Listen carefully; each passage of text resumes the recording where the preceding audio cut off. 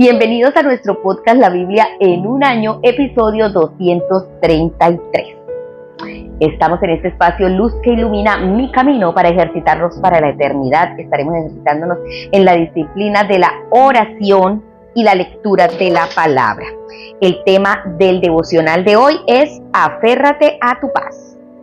En 1555, Nicholas Ridley, antiguo obispo de Londres, fue quemado en la hoguera por sus creencias.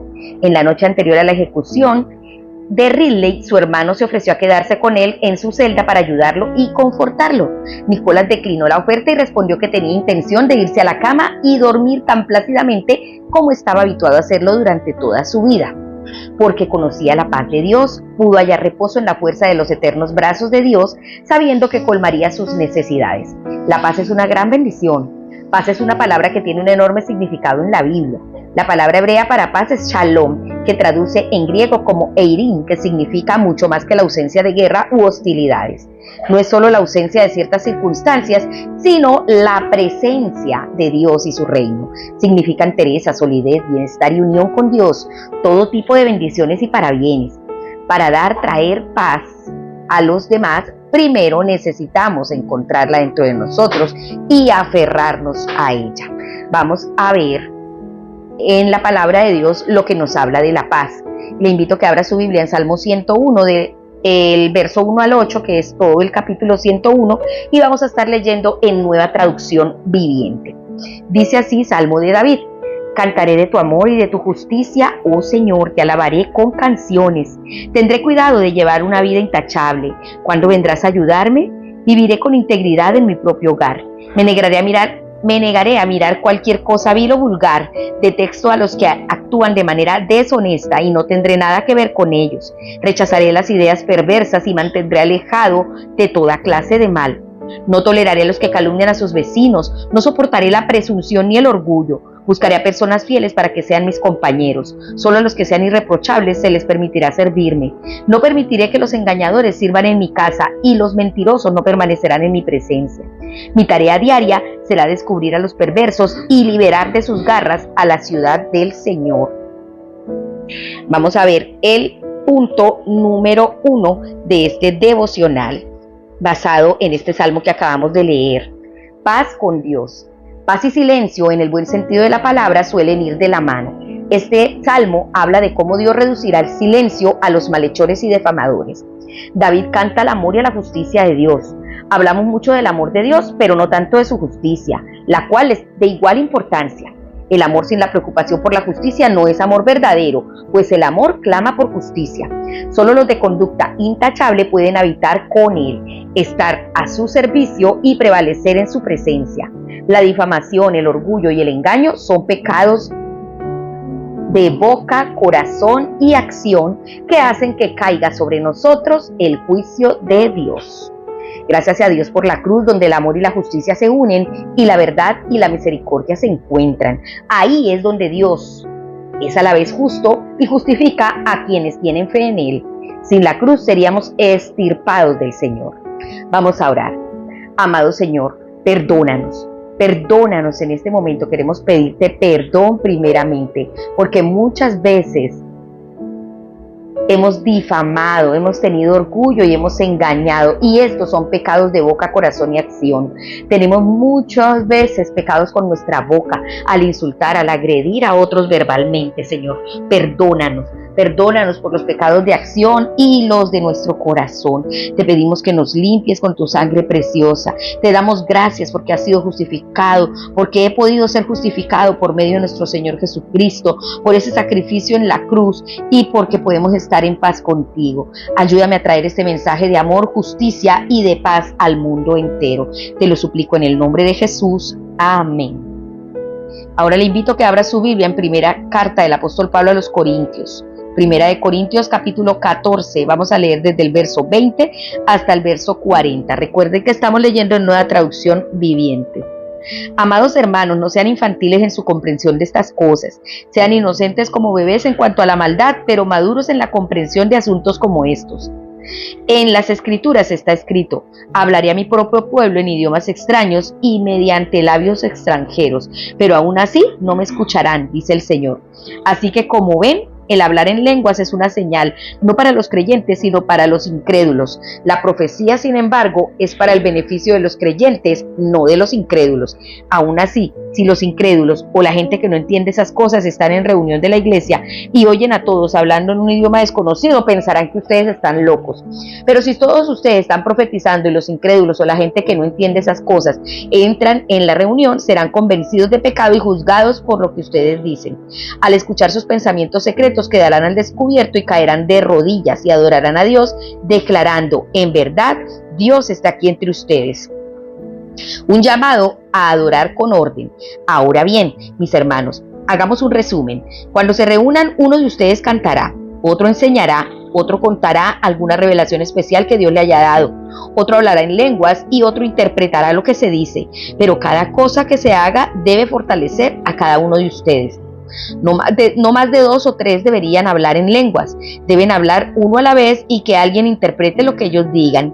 Pero si no hay nadie presente que pueda interpretar, ellos deberán guardar silencio en la reunión de la iglesia y hablar en lenguas a Dios en forma privada. Que 2 o 3 personas profeticen y que los demás evalúen lo que dicen. Pero si alguien está profetizando y otra persona recibe una revelación del Señor, el que está hablando debe callarse. De esa manera, todos los que profeticen tendrán su turno para hablar, uno después del otro, para que todos aprendan y sean alentados. Recuerden que la gente que profetiza está en control de su espíritu y puede turnarse con otros. Pues Dios no es Dios de desorden, sino de paz, como en todas las reuniones del pueblo santo de Dios. Las mujeres deben guardar silencio durante las reuniones de la iglesia. No es apropiado que hablen. Deben ser sumisas tal como dice la ley. Si tienen preguntas, que le pregunten a su marido en casa, porque no es apropiado que las mujeres hablen en las reuniones de la iglesia. ¿O acaso piensa, Corintios, que la palabra de Dios se originó con ustedes? ¿Son ustedes los únicos a quien fue entregada? Si alguien afirma ser profeta o piensa que es habitual, debería reconocer que lo que les digo es un mandato del Señor mismo. Pero si no lo reconoce, él tampoco será reconocido. Por lo tanto, mis amados hermanos, con todo corazón, deseen profetizar y no prohíban que se hable en lenguas, pero asegúrense de que todo se haga de forma apropiada y con orden. Muy bien, vamos entonces al segundo punto de este devocional. El segundo punto: paz en la iglesia. Dios no es un Dios de desorden, sino de paz. El apóstol Pablo tiene claro que la creatividad y la espontaneidad de los dones del Espíritu no dan licencia para el desorden de los encuentros de la iglesia. Como dice la traducción bíblica al mensaje, cuando adoramos de la manera correcta, Dios no nos conduce a la confusión, sino que nos lleva a la armonía. Pablo describe el camino para tener encuentros pacíficos, armoniosos y ordenados en la iglesia. Todo debe hacerse de una manera apropiada y con orden. Puede conllevar un saber estar en silencio apropiadamente para que los demás puedan hablar. Esto nos da una idea de cómo eran las reuniones de la iglesia primitiva. Claramente había una expectativa de que los dones del Espíritu fueran ejercidos regularmente. Cada uno puede tener un himno, una enseñanza, una revelación, un mensaje en lenguas o una interpretación. Los dones necesitan ser ejercidos de manera ordenada. No debería haber nada de extraño o descontrolado en los dones espirituales. A algunos les puede sorprender saber que la cantante Katy Perry dijera en una ocasión que hablar en lenguas es tan normal para mí como decir pásame la sal. Es un lenguaje secreto y directo con Dios. Los comentarios de Pablo sobre la profecía y las lenguas como signo suelen causar confusión. Parece decir una cosa en el versículo 22, las lenguas son un signo para que los que no creen, para los que no creen, la profecía para los que creen. Y después la contraria en el versículo 23. No es nada probable que Pablo se contradijera. Me parece que Pablo está diciendo que tanto el don de profecía como el de lenguas deberían ser usados solamente a la manera adecuada. A lo largo de este capítulo, Pablo está dando instrucciones para un uso ordenado de las profecías y las lenguas en la iglesia. Cuando se usan de manera inadecuada, pueden ser una fuente de caos, y en este caso, los no creyentes pensarán que estamos locos. Si se usan adecuadamente en el contexto de las reuniones de la iglesia, tanto las lenguas como la profecía pueden ser una sorprendente prueba de la presencia de Dios. La profecía puede ser un signo poderoso para los no creyentes de que realmente Dios está entre ustedes. Nosotros lo hemos visto suceder así en muchas ocasiones. Mientras que cantar en lenguas es una actividad comunitaria, hablar en lenguas es una actividad individual que requiere interpretación. Por lo tanto, la gente debería hablar cada uno por turno y que alguien interprete. Si no hay intérprete, que guarden silencio en la iglesia y cada uno hable para sí mismo y para Dios.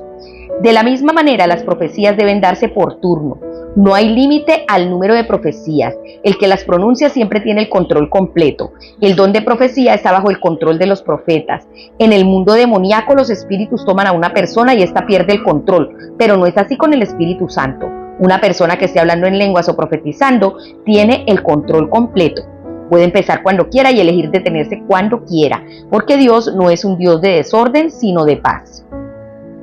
Se han aventurado muchas explicaciones acerca de la instrucción de Pablo que dice que las mujeres deben estar calladas en la iglesia. Es importante recordar que Pablo no está enfocado aquí en el papel de los géneros o la conducta durante el culto público. Está tratando una serie de problemas específicos que han surgido en la iglesia de los Corintios. Ya dejó claro que esperaba que las mujeres que hablaran durante las reuniones al escribir "toda mujer ora o profetiza" en el capítulo 11, verso 5. Lo que está claro es que la gente, tanto hombres como mujeres, no acudían como meros consumidores, sino como contribuyentes. La pregunta que nos deberíamos hacer no es ¿qué estoy recibiendo de la iglesia?, sino ¿qué estoy dando a la iglesia? No acudían simplemente a recibir, sino también a ayudar a los demás. Cuando se reúnan, cada uno puede tener un himno, una enseñanza, una revelación, un mensaje en lenguas o una interpretación.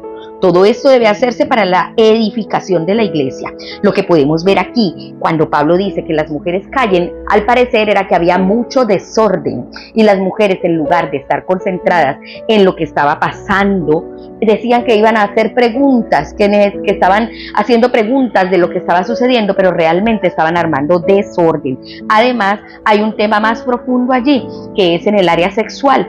Habían mujeres recién convertidas que habían salido de un mundo de prostitución y podían estar contaminando a las otras mujeres de la iglesia. Por eso no les permitió hablar en esos momentos. Si todos asistiéramos a la iglesia con esta actitud de ser un contribuyente, nuestros servicios de culto se verían completamente transformados. Vamos a orar. Amado Señor, ayúdanos a ejercitar los dones del Espíritu Santo en todos nuestros servicios y reuniones, de tal manera que cuando la gente venga a la iglesia se postre ante ti, Señor, y te adores clamando: realmente Dios está entre ustedes. Señor, que el poder de tu Espíritu active los dones, que podamos administrarlos de la manera correcta y que podamos adorarte y alabarte mediante ellos y ser edificados, tanto los no creyentes que vengan como los creyentes, Señor, en el nombre de Cristo Jesús. Amén. Vamos ahora a abrir la Biblia en el segundo libro de Crónicas. Vamos a estar leyendo el capítulo 13, el capítulo 14 y el capítulo 15, del 1 al 19. Segundo de Crónicas, capítulo 13.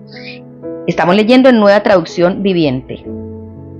Listo, entonces arrancamos con segundo de Crónicas, capítulo 13. Dice así: guerra entre Abías y Jeroboam. Abías comenzó a gobernar Judá en el año 18 del reinado de Jeroboam en Israel. Reinó en Jerusalén 3 años. Su madre se llamaba Maaca y era hija de Uriel de Gibeá. Luego estalló la guerra entre Abías y Jeroboam. Judá, dirigido por el rey Abías, entró en acción con un ejército de 400,000 guerreros selectos, mientras que Jeroboam reunió una tropa selecta de 800,000 hombres de Israel.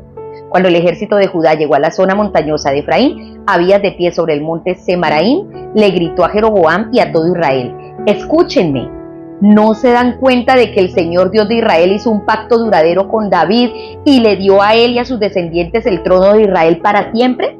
Sin embargo, Jeroboam, hijo de Nabat, un simple siervo de Salomón, hijo de David, se rebeló contra su amo. Luego se le unió toda una banda de sinvergüenzas, quienes desafiaron a Roboam, hijo de Salomón, cuando todavía era joven y sin experiencia y no podía hacerles frente. ¿Realmente creen que pueden oponerse al reino del Señor, el cual es dirigido por los descendientes de David?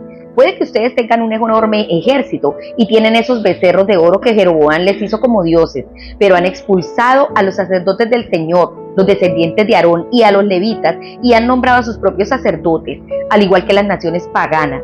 Hoy día, ustedes permiten que cualquiera sea sacerdote. Quien quiera que se presente para ser dedicado y traiga un becerro y 7 carneros, puede llegar a ser un sacerdote de esos así llamados dioses de ustedes. Pero en cuanto a nosotros, el Señor es nuestro Dios y no lo hemos abandonado. Solo los descendientes de Aarón sirven al Señor como sacerdotes y solo los levitas pueden ayudarlos en su trabajo. Ellos presentan ofrendas quemadas e incienso aromático al Señor. Cada mañana y cada tarde colocan el pan en la presencia en la mesa sagrada y encienden cada noche el candelabro de oro. Nosotros seguimos las instrucciones del Señor nuestro Dios, pero ustedes lo han abandonado. Así que, como pueden ver, Dios está con nosotros, Él es nuestro líder. Sus sacerdotes tocan las trompetas y nos dirigen en batalla contra ustedes. Oh pueblo de Israel, no luches contra el Señor Dios de tus antepasados, porque no tendrás éxito. Mientras tanto, Jeroboam había enviado en secreto una parte de su ejército para rodear por la retaguardia a los hombres de Judá y tenderles una emboscada. Cuando los de Judá se dieron cuenta de que los estaban atacando por delante y por detrás, clamaron al Señor por ayuda. Entonces los sacerdotes tocaron las trompetas y los hombres de Judá empezaron a gritar. Al sonido de su grito de batalla, Dios derrotó a Jeroboam y a todo Israel. Los derrotó de forma aplastante delante de Abías y del ejército de Judá. El ejército israelita huyó de Judá y Dios los entregó derrotados en sus manos. Abías y su ejército les causaron grandes pérdidas. Ese día murieron 500,000 soldados electos de Israel. Así que Judá venció a Israel en esa ocasión porque confió en el Señor, Dios de sus antepasados. Abías y su ejército persiguieron a las tropas de Jeroboam y conquistaron algunas de sus ciudades, entre ellas Betel, Gesana y Efrón, junto con sus aldeas vecinas. De modo que Jeroboam de Israel nunca recuperó su poder mientras vivió Abías, y finalmente el Señor lo hirió y murió. Mientras tanto, Abías de Judá se hizo cada vez más poderoso. Tuvo 14 esposas, 22 hijos y 16 hijas. Los demás acontecimientos del reinado de Abías, incluidos sus palabras y sus logros, están registrados en el comentario de Ido el profeta. Primero de Crónicas, capítulo 14. Primeros años del reinado de Asa. Cuando Abías murió, lo enterraron en la ciudad de David. Después su hijo Asa lo sucedió en el trono. Hubo paz en la tierra durante 10 años. Asa hizo lo que era agradable y bueno a los ojos del Señor su Dios. Quitó los altares extranjeros y los santuarios paganos. Destruyó las columnas sagradas y derribó los postes dedicados a la diosa Acera. Ordenó al pueblo de Judá que buscara al Señor Dios de sus antepasados y que obedeciera su ley y sus mandatos. Asa también quitó los santuarios paganos y los altares del incienso de cada una de las ciudades de Judá. Entonces el reino de Asa disfrutó un periodo de paz. Durante los años de paz, Asa pudo reconstruir las ciudades fortificadas en todo Judá. Nadie estuvo en guerra contra él durante ese tiempo porque el Señor le daba descanso de sus enemigos. Asa le dijo a la gente de Judá: construyamos y fortifiquemos ciudades con murallas, torres, puertas y barras. La tierra aún nos pertenece porque buscamos al Señor nuestro Dios y Él nos ha dado paz en todo el territorio. Así que continuaron con estos proyectos hasta completarlos. El rey Asa tenía un ejército de 300,000 guerreros de la tribu de Judá, armados con grandes escudos y lanzas. También tenía un ejército de 280,000 guerreros de la tribu de Benjamín, armados con arcos y escudos pequeños. Ambos ejércitos estaban constituidos por hombres de guerra bien entrenados. Cierta vez un etíope llamado Sera atacó a Judá con un ejército de 1,000,000 de soldados y 300 carros de guerra. Avanzaron hacia la ciudad de Maresa. Por eso Asa desplegó su ejército para la batalla en el valle del norte de Maresa. Entonces Asa clamó al Señor su Dios: «Oh Señor, nadie sino tú puede ayudar al débil contra el poderoso. Ayúdanos, oh Señor Dios nuestro, porque solo en ti confiamos. Es en tu nombre que hemos salido contra esta inmensa multitud. Oh Señor, tú eres nuestro Dios, no dejes que simples hombres prevalezcan contra ti». Entonces el Señor derrotó a los etíopes en presencia de Asa y del ejército de Judá, y el enemigo huyó. Asa y su ejército los persiguieron hasta Gerar, y cayeron tantos etíopes que no pudieron reagruparse. El Señor y su ejército los destruyeron, y el ejército de Judá se llevó un enorme botín. Mientras estaban en Gerar, atacaron todas las ciudades de la región y un terror de parte del Señor se apoderó de la gente. Como resultado, también se llevaron un enorme botín de esas ciudades. Además, atacaron los campamentos de los pastores y capturaron muchas ovejas, cabras y camellos antes de regresar a Jerusalén. Segundo de Crónicas, capítulo 15. Reformas religiosas de Asa. Luego el Espíritu de Dios vino sobre Azarías, hijo de Obed, y salió al encuentro del rey Asa cuando éste volvía de la batalla. Escúcheme, Asa, le gritó. Escuchen todos ustedes de Judá y de Benjamín. El Señor permanecerá con ustedes mientras ustedes permanezcan con Él. Cada vez que lo busquen lo encontrarán, pero si lo abandonan, Él los abandonará a ustedes. Por mucho tiempo los israelitas estuvieron sin el verdadero Dios, sin sacerdote que les enseñara y sin la ley que los instruyera. Pero cada vez que estaban en dificultades y se volvían al Señor Dios de Israel y lo buscaban, lo encontraban. En esos tiempos oscuros no se podía viajar con seguridad y los problemas perturbaban a los habitantes de todos los países. Nación luchaba contra nación, ciudad contra ciudad, porque Dios los afligía con todo tipo de dificultades, pero en cuanto ustedes sean fuertes y valientes, porque su trabajo será recompensado. Cuando Asa oyó este mensaje de Azarías el profeta, se armó de valor y quitó todos los ídolos detestables de la tierra de Judá y de Benjamín, así como de las ciudades que había conquistado en la zona montañosa de Efraín. Además, reparó el altar del Señor que estaba frente a la antesala del templo del Señor. Después, Asa convocó a todo el pueblo de Judá y de Benjamín junto con la gente de Efraín, Manasés y Simeón que se había establecido entre ellos. Pues muchos de Israel se habían mudado a Judá durante el reinado de Asa, cuando vieron que el Señor su Dios estaba con él. La gente se reunió en Jerusalén a fines de la primavera durante el año 15 del reinado de Asa. Ese día sacrificaron al Señor 700 cabezas de ganado y 7,000 ovejas y cabras del botín que habían tomado en la batalla. Luego hicieron un pacto de buscar al Señor, Dios de sus antepasados, con todo el corazón y con toda el alma. Decidieron que todo el que se negara a buscar al Señor, Dios de Israel, sería ejecutado, fuera joven o anciano, hombre o mujer. Con gran voz hicieron un juramento de lealtad al Señor, al estruendo de las trompetas y al fuerte toque de los cuernos de carnero. Todos en Judá estaban contentos con el pacto, porque lo habían hecho de todo corazón, con fervor buscaron a Dios y lo encontraron, y el Señor les dio descanso de sus enemigos en todo el territorio.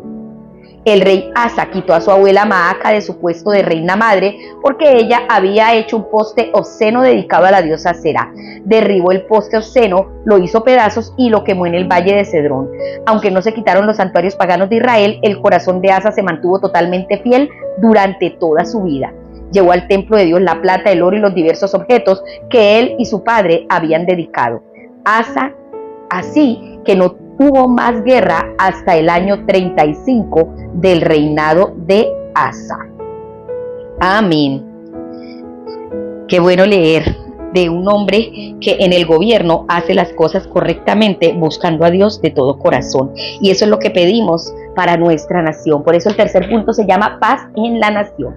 La guerra devasta las naciones, trayendo muerte, destrucción y habitualmente pobreza. Por otro lado, la paz permite que una nación se construya y se haga próspera. Cuando Asa se hizo rey de Judá, el país disfrutó de 10 años de paz. Esta paz era un don de Dios. El Señor les dio descanso. ¿Cómo vienen esta paz y este descanso? La respuesta que da el cronista es triple. La primera, buscar a Dios de todo corazón. Fue cuando clamaron a Dios que éste los liberó. Asa ordenó a los habitantes de Judá que acudieran al Señor. Les dijo al pueblo: porque hemos buscado al Señor nuestro Dios, como lo hemos buscado, Él nos ha concedido estar en paz con nuestros vecinos. El profeta Azarías dice: si lo buscan, Él dejará que ustedes lo hallen. Cuando en su tribulación se volvieron al Señor Dios de Israel y lo buscaron, Él les permitió que lo hallaran. Hicieron un pacto mediante el cual se comprometieron a buscar de todo corazón y con toda el alma al Señor, Dios de sus antepasados. Buscaron a Dios de todo corazón y Dios les dio paz por dentro y por fuera del reino más pacífico. Lo segundo es obedecer a Dios completamente.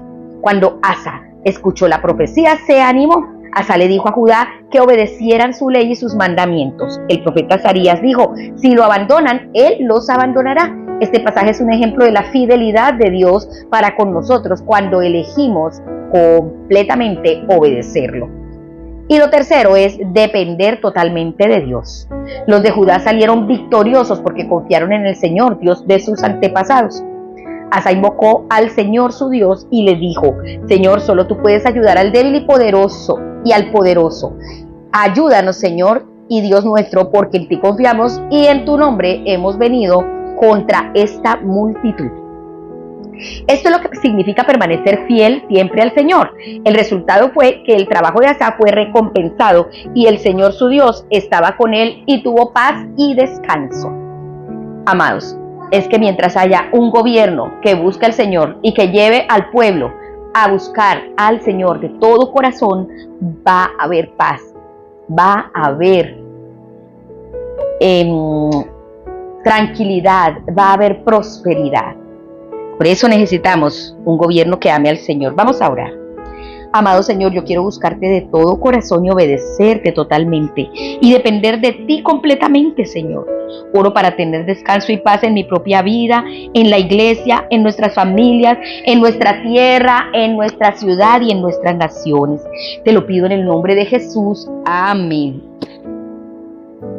Bueno, vamos a ver ahora el comentario de la pastora Pipa, que lo toma de segundo de Crónicas 15:5, donde dice que en aquellos tiempos no había seguridad para ningún viajero, sino que los habitantes de todos los países sufrían grandes calamidades. Tenemos la bendición de vivir en una época en la que viajar por Reino Unido, dice la pastora Pipa, es seguro casi todo el tiempo. Hay muchas partes del mundo hoy en día donde hay grandes calamidades, gente huyendo, persecuciones, guerras y regímenes brutales.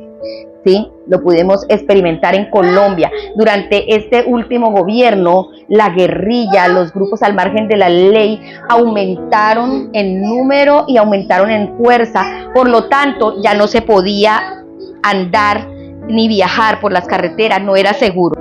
No era seguro viajar porque había mucho peligro, porque reclutaban, porque mataban, porque robaban. Pero ahora esperamos que con la bendición de Dios este nuevo gobierno se aferre al Señor y prometa seguir a Dios de todo corazón para que de esa manera podamos tener paz, seguridad y tranquilidad.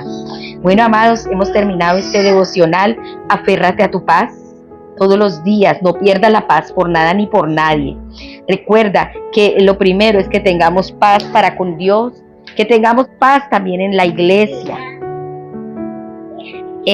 usando el orden y los dones del Espíritu Santo, que es lo que trae paz a nuestra vida, y también que haya paz en nuestra nación. Es una oración que debe estar continuamente en nosotros, que el Señor nos dé paz. Bueno, recuerden que este devocional fue escrito por el pastor Nicky Gumbel de la iglesia HTV en Londres, y la voz de este podcast es de Marisol Rojas. Que el Señor les bendiga. ¡Bravo, abuela!